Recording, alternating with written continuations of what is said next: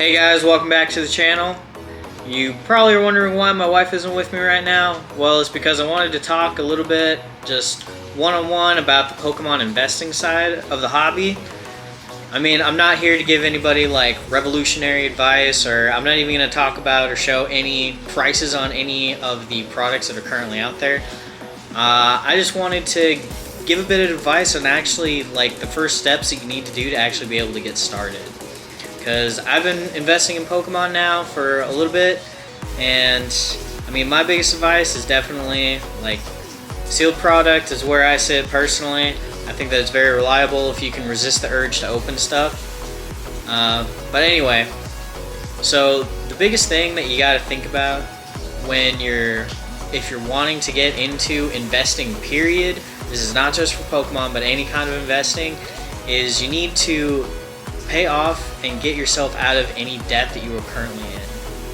So the biggest thing that people don't understand, or maybe they just don't look at it this way, is that when it comes to your money, if you are in debt, if you owe somebody money, you are losing more money the more time that goes by that you're sitting there in that situation of owing somebody else money.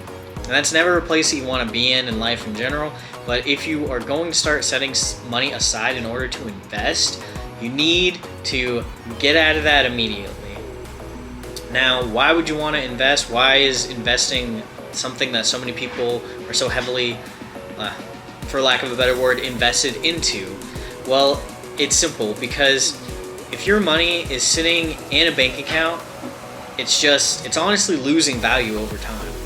I mean, a lot of people are probably feeling it with the current state of inflation being what it is, but if your money is just in your bank account, it's not making you any money.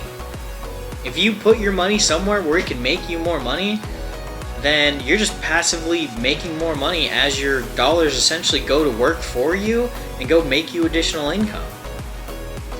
So that is why investing can be so very, very important. I mean, nobody wants to lose money. You know, everybody wants easy ways to make money. I mean, you're not going to get rich overnight doing this. Nobody gets rich overnight, like investing in any kind of way, whether it be here in Pokemon or in the stock market.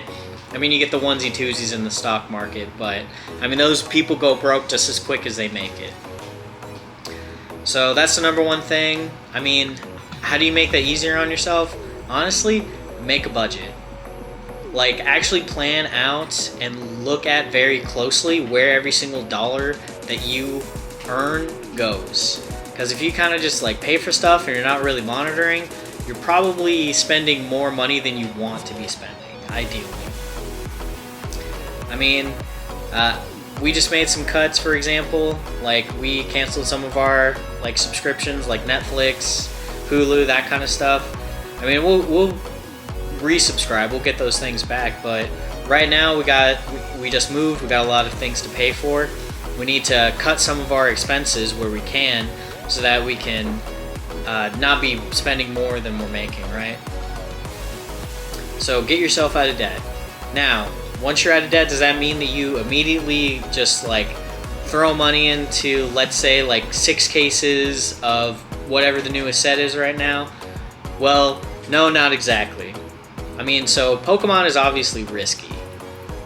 I mean, and everybody is so heavily invested in it because you can make a lot of money, but yes, it is risky. It's a risk that you're taking. So before you start investing in something that is risky, you should have investments that are less risky. I mean, you're not going to make as much gains, but you have guaranteed growth over time. Now, what are some of the options for that? Well, the first one that I think everybody should have is an IRA account. Now, you have 2 different kinds of IRA accounts. What is an IRA account? Well, let's go over that right now. So an IRA account is a retirement plan. Well, not so much a plan. It's a low risk account where that money that you put into it gets put somewhere else, like different aspects of the job, or not the job market, the stock market, and it sits in there to grow with the market over time. So what does that kind of mean? It basically, like I said, is just an account where you're going to earn interest on the amount of money that you put in, and the more money that you put in, the more money that you're going to make. Now, obviously the amount of money that you're going to make isn't going to be huge overnight. It takes time, but I mean, if you continuously put in money here and there, as time goes by, like, you're going to see that account grow. And the bigger that it gets, I mean, the more that it's going to grow even faster. So the one that I'm going to advocate for, and I'm not like being endorsed by this company by any means, don't get me wrong. I mean, I wish it was, that would be really cool. But so Robinhood's services are in my opinion, the absolute best as far as IRA options. Now, the reason that I say that is that if you get an IRA account with anybody else, I mean, there is a fee, obviously, in order to have this kind of an account. But anywhere else is going to want a percentage paid to them. And that's a monthly percentage. So that cuts into the growth that you see on your account. And obviously, you want to pay the absolute minimum that you can, right? Because the more money that gets taken out of it, I mean, the less that you're going to make. So now the reason why I advocate so much for Robinhood is that their monthly expense is only $3. It was $1, but the last time that I saw it charge my account, it was $3. And it stays at that amount until you reach $1 million. Every single month to have that account, you are going to only pay $3 unless you have over 6 figures into the 7 figures now. That's when it turns into a percentage. But $3 a month is the absolute lowest that you're going to see anywhere. I mean, that is nothing paying to have an IRA account. Now, I mentioned the traditional and the Roth IRAs. So the difference between those is that, all right, so this account is making money. Obviously, you're going to have to pay taxes on this money. So the traditional IRA and the Roth IRA are just different times that you will have to pay your taxes on the money. So if you do a traditional IRA, any money that you put into the account isn't taxed. It only gets taxed once you start taking money out of it and you retire. So the Roth IRA, the difference is obviously, so the money that gets put in, it's already taxed up front. There's a much lower amount of money being taxed. So you're paying less taxes, but there's less overall money. So what does this all mean? So here's my take on this, and it's a bit of a hot one. It's a bit of a warm take here. So traditional IRAs, the reason why those, in my opinion, are safe, I'm not exactly recommending one over the other. Most people would recommend a Roth IRA. So my thing is that with a traditional IRA, you know that you are getting taxed when your money is coming out. Now again, with a Roth IRA, the money that goes into the Roth IRA, that's what gets taxed. Nothing gets taxed when you pull the money out after, decades down the line, and you start collecting on however much money that you have in there.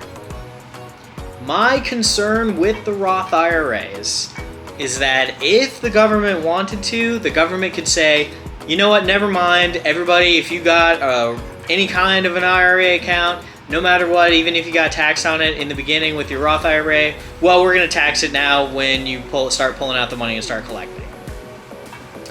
Now, nobody is really worried about that. Nobody really talks about that. I mean, it is something that could definitely happen in the future. Maybe I'm just a little paranoid, but that is my biggest thing with the Roth IRAs, is that I worry so heavily that the government will basically go back on its word and just say, well, we really need tax revenue, so we're going to tax here, and this is what we're going to do. So again, I am not advocating for a traditional over a Roth or vice versa. I'm just giving my concern of what could happen down the line. So that's just something to keep in mind. So make sure that you get an IRA account before you start investing in other riskier places. Now, the way that you want to invest your money is, okay, so you're budgeting, right? So you budgeted, you paid off your debts, you set up a IRA account, and now you're ready to start investing, right? So here is how you should start investing. Okay, so you started with your budget, you still got your budget, hopefully you're still keeping up with that. So you make a new portion for your budget dedicated to, okay, this is all my money that's gonna go into investing every paycheck. Now, that money that you're gonna use to invest, this is when you can start breaking it up. So, here's my investing money. I'm gonna take 50% of it, it's gonna go to my IRA account. 40% of it, I'm gonna put into like my Pokemon investments, my more slightly riskier investments, but I'm gonna hopefully make better gains on it, and I'm not guaranteed to lose my money overnight. And then 10%, if you want to go really risky and you want to mess around in the stock market, try to get rich overnight, take 10% of however much your investing budget is and go crazy with that, right? I mean, and then the thing that everybody always says is, and I totally agree with this advice, is that don't put money into investing that the amount of money that you put into investing should be however much money that you could put on a table and set on fire right now, and it wouldn't affect your life. It's the money that you could lose, and if you did lose it all immediately, you wouldn't be able to eat, for example. That's not the situation you want. But I mean, you don't want to take all of your money, throw it into some penny stock or something that you think is going to blow up, and then to just immediately lose it all the next day because you weren't able to predict the market. So, I mean, those are the major things that I wanted to hit on as far as being able to invest. How do you start investing? How to set yourself up to invest? I mean, a lot of people don't like to hear that about you got to get out of debt first, but I mean, it's the honest truth. Is that any money that you are putting aside to invest, or are investing right now, put it towards that debt. Pay off the debt first. Being debt free is, I mean, it's no weight on your shoulders, peace of mind. Not having to owe anybody money is a great feeling. But that is step number one. Step number two, set yourself up with an IRA account. Again, I advocate for the Robinhood one. And okay, I forgot to hit on this, but so if you invest with Robinhood, don't set yourself up for the round up charge investment where it's linked to your debit card, and anytime that you buy anything, it takes the amount of cents that it would take to round up to the next dollar, and that's what gets invested. Don't do that. Now, what you need to do is you need to set up weekly timed investments. So personally, I mean, and you don't have to do this much, this is just an example, this is what I do. This is how I guarantee that I'm investing $6,000 a year into the account, is that I just set it up every single Friday. $125 goes directly into my Robinhood account. That's what I do. Now, I heavily advocate for doing the weekly timed investments. That is what I think everybody should do, because if you do the roundup, even if you do the 10 times roundup, I mean, you're talking about barely doing any investing at all, honestly. I mean, the sums of money are just so small that they basically don't matter. And so, again, this goes along with budgeting, is that, okay, you know how much you have to be able to invest with, here's how much you should be throwing into this. And this way, it's absent-minded, you don't got to think about it. It's at set times, you can set it up weekly, every 2 weeks, or monthly, however you want to do it. And then, so in the future, as this series goes on, the Monday Market Minute, we'll talk more about actual plays, what's good to invest in right now, what's hot, what's a good time to sell, and a lot more of the overall investing kind of tips and tricks, the advice, down the line.